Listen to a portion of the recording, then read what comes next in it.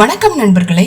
போன பகுதியில் அனுமன் அயோத்திக்கு வந்ததையும் அதன் பிறகு நடந்த நிகழ்வுகளால் அவன் பசியில் உறங்கிய பொழுது சாட்சாத் அந்த ஸ்ரீராமரே அவரது உணவில் பாதி பங்கை அனுமனுக்கு கொடுத்து அனுப்பியதையும் பார்த்தோம். இனி அதன் தொடர்ச்சி. அனுமன் உண்ட மயக்கத்தில் ஆழ்ந்த உறக்கத்தில் இருக்கிறான். அவனது கனவில் ஒரு தெய்வீக காட்சி தோன்றுகிறது. அவன் அம்மா அங்கு வருவது போல். அம்மா, நீங்கள் வந்து விட்டீர்களா? என் தாய் எனக்கு திரும்பி வந்து விட்டார் என்று அவன் ஆனந்தத்தில் கூற, தாய் அவனிடத்தில், என்னிடத்தில் வா மகனே. அனுமன் மிகுந்த மகிழ்ச்சியுடன் ஓடி செல்கிறான். ஆனால் திடீரென்று ஒரு பெரும் பள்ளத்தில் விழுவது போல் உணர்ந்து திடுக்கிட்டு எழுகிறான். கண் விழித்து பார்த்த அவன், அம்மா எங்கே, எங்கே என் அம்மா, எங்கே என் அம்மா என்று அங்கும் இங்குமாக தேட அது கனவாக இருக்கிறது. அவன் நிஜத்தை உணர்ந்து கொள்ளும் முன்பே அங்கு அனுமன் விழுந்த வேகத்தில் அங்கிருந்த கடைகள் சிதறுகின்றன. இதை பார்த்த அங்கிருந்த மக்கள் கோபமடைகிறார்கள். ஊர் மக்கள் அனைவரும், ஏய் கவனி, இவன் என்ன மாதிரியான ஒரு மாயாவி சிறுவன்? என் பால், என் பூக்கள், என் பழங்கள் அனைத்தையும் நாசம் செய்து விட்டானே. சுற்றி இருப்பவர்கள் அனுமனை திட்டத் தொடங்குகிறார்கள். அப்போது அங்கே காவலர்கள் வருகிறார்கள். காவலர் கூறுகிறான், ஏய் வானரமே, இங்கே என்ன செய்கிறாய்? நகர்ந்து போ. பொதுமக்களுக்கு இடையூறு செய்ததற்காக நீ தண்டிக்கப்படுவாய். அப்பொழுது அங்கு ஒரு கனிவான குரல் கேட்கிறது. ஆனால் அனுமனுக்கோ ஒன்றும் கேட்கவில்லை. ஆம், அங்கு வந்தது ராமரின் அம்மா கௌசல்யா தேவி. இவர்களுடனான சந்திப்பு நிகழக்கூடாது என்பதற்காகவே அந்த எம்பெருமான் அவனுக்கு ஒன்றும் கேட்காதபடி செய்துவிட்டார். கதைக்குள் நுழைவோம். அன்னை கௌசல்யா, நிறுத்துங்கள். எல்லையை மீறுவது அயோத்திக்கு அழகல்ல. அவன் ஒரு சிறு பிள்ளை, அவனை விட்டு விடுங்கள். அனுமன் அந்த குரலை கேட்டு வியப்படுகிறான். ஆம், சிறிது நேரத்தில் அவனுக்கு மீண்டும் கேட்கும் திறன் திரும்பிவிட்டது. தனக்கு தானே மகிழ்ச்சியுடன் ஆச்சரியமாக இருக்கிறதே, என் கேட்கும் திறன் திரும்பிவிட்டதே, என்னால் மீண்டும் தெளிவாக கேட்க முடிகிறதே. அன்னை அனுமனை அருகில் அழைத்து அன்புடன் விசாரிக்கிறார். குழந்தாய், உனக்கு ஏதும் அடிபட்டதா? நீ வெகு தூரத்தில் இருந்து தள்ளாடி வந்து விழுந்தாயே. அனுமன் கூறுகிறான், எனக்கு அடிபடவில்லை அம்மா. ஒருவேளை அடிபட்டிருந்தாலும் உங்கள் அன்பான ஸ்பரிசம் அதை குணமாக்கி விட்டது.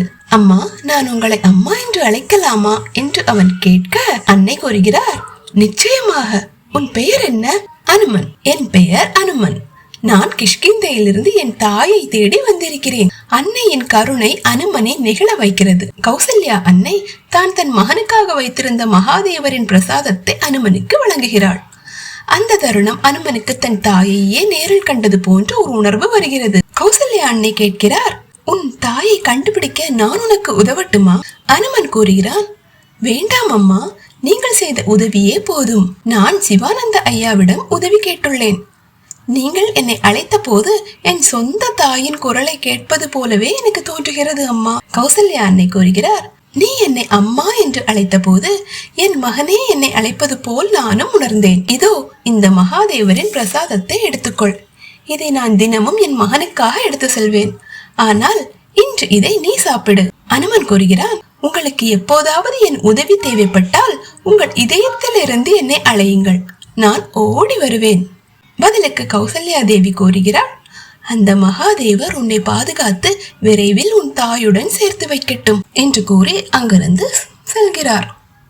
அது ராமரின் தாய்தான் என்று தெரியாமல் அவனும் அங்கிருந்து வந்து விடுகிறான். அவன் சிவானந்த ஐயாவிடம் வரவே இவர்கள் இருவரின் உரையாடலை தூரத்திலிருந்து பார்த்து கொண்ட அவர், என்ன தம்பி, நீ உனது ராமபிரானை சந்திக்கும் ஆவலில் ஒழித்துக் கொண்டிருக்கும் போதே கனவு காண்கிறாயா? அதுவும் அவரை சந்திக்கும் நேரம் நெருங்கிவிட்டது போலவே என்று கேட்கவே அவன் தடுமாறுகிறான். ஐயா, நீங்கள் என்ன கூறுகிறீர்கள்?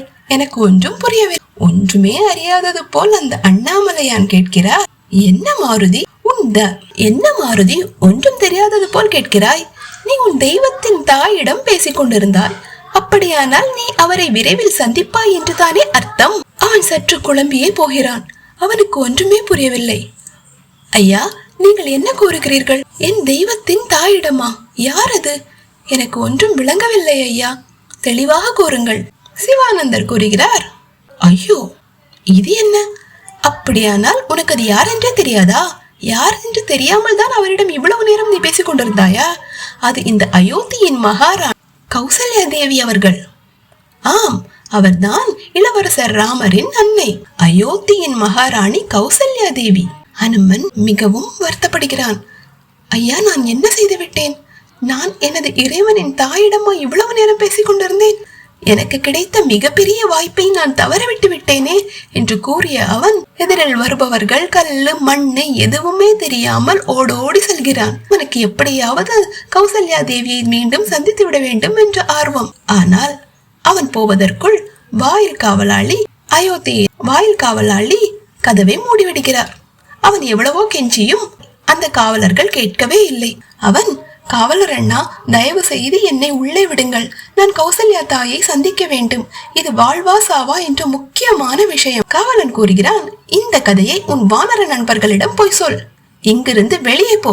வேறு வழியின்றி அனுமன் திரும்பி வந்து விடுகிறான். இங்கு மகாதேவர் மற்றும் தேவி பார்வதி இடையிலான தெய்வீக உரையாடல். மாருதியை பார்த்து கொண்டிருந்த சிவபெருமான் திரும்பி பார்க்கையில் அங்கு சாதாரண ஒரு பெண்மணி வேடத்தில் அந்த பராசக்தி வந்து நிற்கிறார். சிவபெருமான் ஓடி வந்து, என்ன தேவி இங்கு, அதுவும் இந்த கோலத்தில் என்று கேட்கவே அவர் கூறுகிறார், நீங்கள் இங்கு எதற்கு வந்தீர்களோ அதை காணத்தான் நானும் வந்தேன்.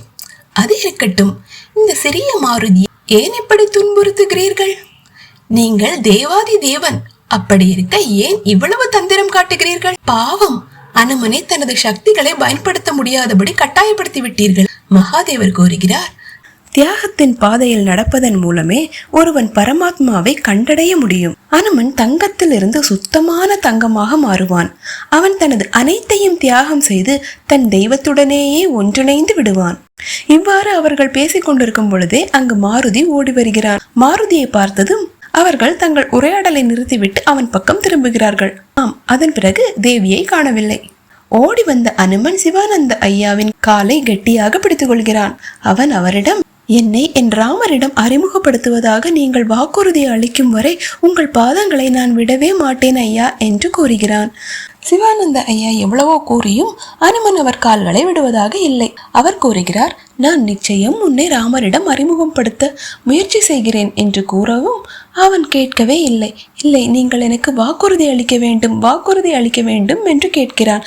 ஆனால் அவரோ சற்று தடுமாறுகிறார். வாக்குறுதி எல்லாம் கேட்கிறாய், நீ வாக்கையெல்லாம் அளிக்க முடியாது, ஆனால் நான் நிச்சயம் உன்னுடன் முயற்சிப்பேன் என்று கூறிய பிறகே சற்று நிதானமான அனுமன் அவர் கால்களை விட்டு எழும்பி நிற்கிறான். அவர் அவனை அணைத்து கொண்டு கூறுகிறார், நீ ஒரு ஆச்சரியமான குழந்தை.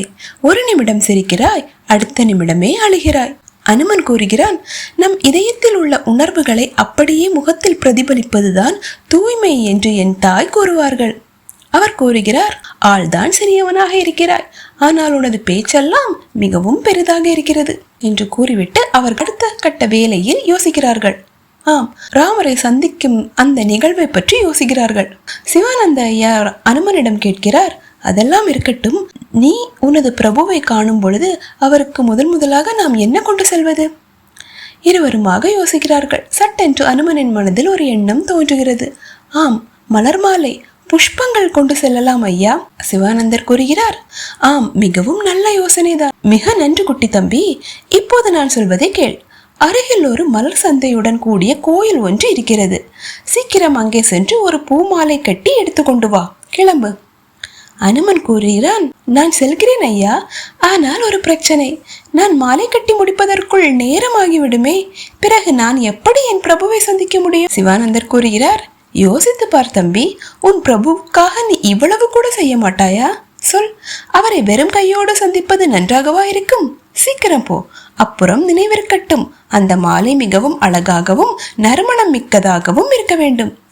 அதை பார்த்ததும் ராமபிரான், இவ்வளவு அழகான மாலையை யார் கொண்டு வந்தது என்று கேட்க வேண்டும். ஆகையால் அதை மனதில் வைத்து உனது செயல்களை நகர்த்து. அனுமன் கூறுகிறான், சரி ஐயா, இதோ நொடி பொழுதில் வந்து விடுகிறேன். தயவு செய்து எனக்காக காத்திருந்து என்னையும் உங்களுடன் அழைத்து செல்லுங்கள். அனுமன் மலர் மாலை வாங்குவதற்காக சந்தைக்கு வருகிறான். அங்கு நின்று கொண்டிருந்த தேவர்கள் இவனை எவ்வாறு தடுக்கலாம் என்று தங்களது அடுத்த திட்டத்தை பற்றி விவாதித்துக் கொண்டும் யோசித்துக் கொண்டும் இருக்கிறார்கள். இதன் தொடர்ச்சியை அடுத்த பதிவில் பார்க்கலாம். தேவர்களின் சூழ்ச்சியை தாண்டி அனுமன் ராமரை சந்திப்பானா? இதில் நமது ஈசனின் பங்கு எந்த அளவில் இருக்க போகிறது என்று பொறுத்திருந்து பார்ப்போம். இந்த எபிசோட் பிடிச்சிருந்தா லைக் பண்ணுங்க, ஷேர் பண்ணுங்க, கமெண்ட் பண்ணுங்க, மறக்காம சப்ஸ்கிரைப் பண்ணுங்க. மீண்டும் அடுத்த பதிவில் சந்திப்போம். நன்றி, வணக்கம். ஹனுமந்தராயா, வானர ரூபா, ராமசகாயா, உன் பாதம் சரணம்.